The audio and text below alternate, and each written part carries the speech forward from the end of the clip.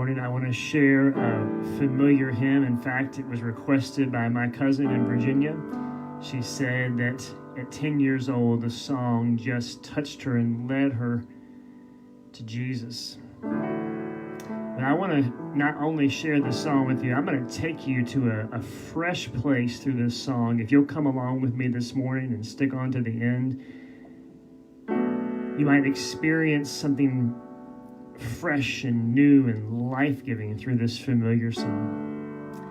Just as I am, without one plea, but that thy blood was shed for me, and that thou bidst me come to thee, O Lamb of God, I come.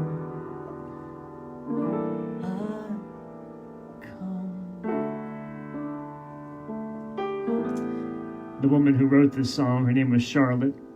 She spent the first 32 years of her life not in a particularly religious way. She was actually a comedy writer. And at 32, she was basically struck with a just horrific illness. An illness that would basically leave her handicapped for the rest of her life. And it was in that moment of illness that she felt a need for a change on the inside. A pastor was visiting her father's house, and he came to her and he basically said, Charlotte, do you feel like you are at peace on the inside? And she resented that question. She wouldn't even talk about it that day. And that kind of gives new perspective on these words that she would later write. Just as I am, though tossed about with many a conflict, many a doubt, fightings and fears within, without, O Lamb of God, I come.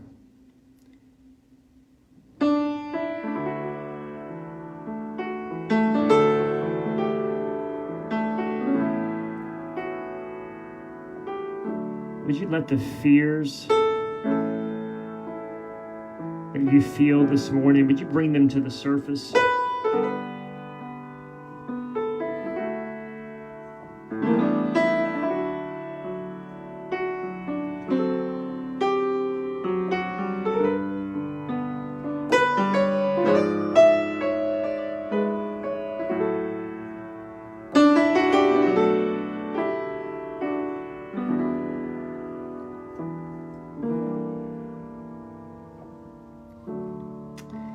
She later called that pastor and basically said that I'm sorry for the way I responded. And I want you to hear how the pastor responded. He said, "Come just as you are." She had told him that she felt like she wanted to cleanse her life before she really became a Christian. And he said, "Come just as you are."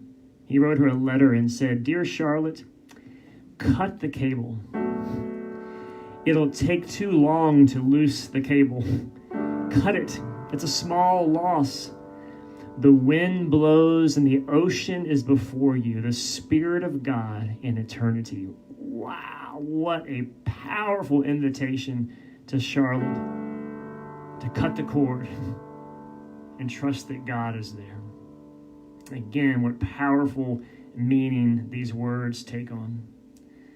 Just as I am, thou will receive, will welcome pardon, cleanse, relief, because thy promise I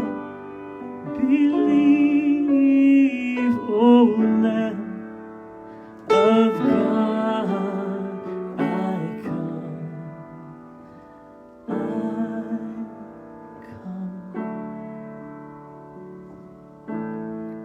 You know, this is the song that was playing at my uncle's church in Parisburg, Virginia, when I made a decision to walk forward and make that public decision to follow Christ. But this song has a lot more to offer you today than just simply that decision. And by the way, if you've never made that decision, maybe this is the moment for you to cut the cord and to trust that God is there to catch you as you fall, to trust that God still has the power to wash away every sin because of what He has done for us, what Jesus has done for us on the cross, offering us freedom and cleansing from all the stuff that's just so hardened our hearts. But this song has some more to speak to all of you this morning, even if you've already made that decision. And I want you to stay with me for a few minutes. Charlotte went on to be an editor of a book called The Invalid's Hymn Book. The Invalid's Hymn Book. She was basically an invalid herself, and so she wrote poems and collected poems, and one of them was this song, Just As I Am, and she put it in this book for people to read as they were basically stuck at home from an illness. I don't know if you recall what we talked about on Monday, but I asked you to write down the things that you weren't willing for Jesus to take. Remember, all of me, why not take all of me? Well, there's stuff that we don't want Jesus to take. And Henry Nouwen has a lot to share with us this morning about prayer and how we, just like I said on Monday, clench in our fists certain things that we don't want God to take. And it's with those tightly clenched fists that we hold on to bitterness. You know, we're not happy because people haven't been grateful for something we did. We're jealous of those who have more income or more prestige, or we want to take revenge on someone who didn't respect us properly, or we're disappointed because someone wasn't all that excited to hear from us when we reached out, or we're angry because someone did something that we just did not like. And so when we go to pray, all that actually returns, and we feel all those emotions, and we don't just feel them, we actually clutch on to them. And one of the reasons that why we can't pray is because we got all that stuff in our tightly clenched fist. I don't know if you can see my knuckles turning white. And Henry Nouwen says, listen, detachment, where we sort of let go of all the stuff and just really attach to God, is not just about letting go of those things that are appealing and attractive to us. It's about letting go of the repulsive things like resentment and hatred. So listen to what Charlotte wrote. Just as I am, and waiting not, I'm not going to wait any longer, to rid my soul of one dark blot, the darkness of resentment and hatred and revenge, and to thee whose blood can cleanse each spot, O Lamb of God, I come. Would you be willing to let go of those things that keep you from praying?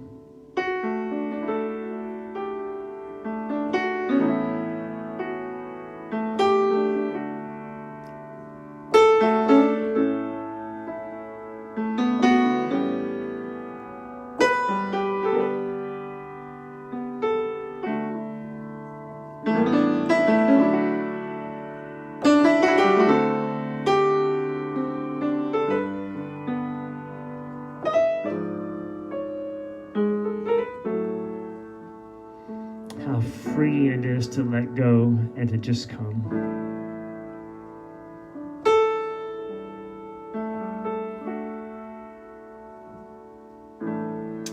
Henry Nouwen says, how is it then that we open our hands? It's not by violence or by a forced decision.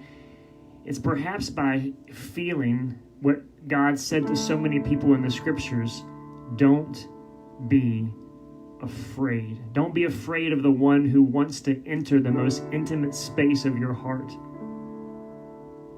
The one who is inviting you to let go of what you are clinging to so anxiously, to offer your hate and your bitterness and your disappointment to the one who is only love. To let yourself be seen, even if you don't have a whole lot to show. And listen, I know that some of us want to clean ourselves up, like Charlotte said to that pastor. I just want to get my life right before I try to claim to be a Christian. But that's literally the opposite of what my friend Kathy experienced when she was 10, or what I experienced when I was about 11, and what many of you have experienced. You realize you don't come to God after you get cleaned up. You come to God filthy and dirty and nasty and full of all that stuff like disappointment and hatred and revenge seeking and bitterness and all of that. And so look, some of you who may have become a Christian decades ago, you might be filled with all that same stuff. And guess what? The invitation that was available to you when you were 10 is available to you literally in this moment. And this song that's been so powerful for so many might be powerful for you right now.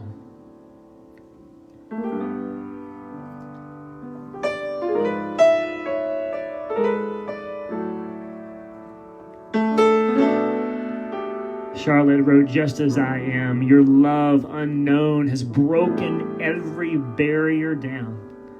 Oh, to be yours, yea, to be yours alone, O Lamb of God, I come." So look, every time you let go and surrender one of those fears that keeps you from coming to God, you're going to find your hands opening up a little bit more into the place where you're actually able to receive the love of God, the presence of God that doesn't come because you deserve it. That's not why it came 20 years ago, and that's not why it's going to come this morning. You know, the times that I feel closest to God is when I am most real with Him, and I'm asking you to be real in this moment. Not real about how amazing I am, but how just, man, I'm just so far from where I'm supposed to be, and yet God is present in those real moments where we say, just as I am, I come to thee. Just as I am, poor, wretched, and blind, sight riches He, healing of the mind, yea, all I need in Thee to find, O Lamb of God, I come,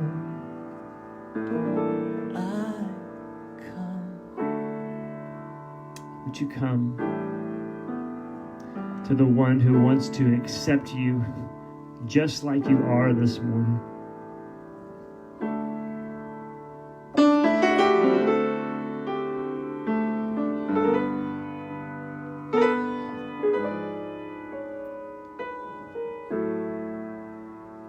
Would you picture Jesus on the cross, and would you picture that full and complete expression of love, offering His life for you so that you could be cleansed of all that hatred and bitterness, and just breathe it in this morning. You're not cleansed because you figured it all out. You're cleansed because God is present with you. His arms open wide.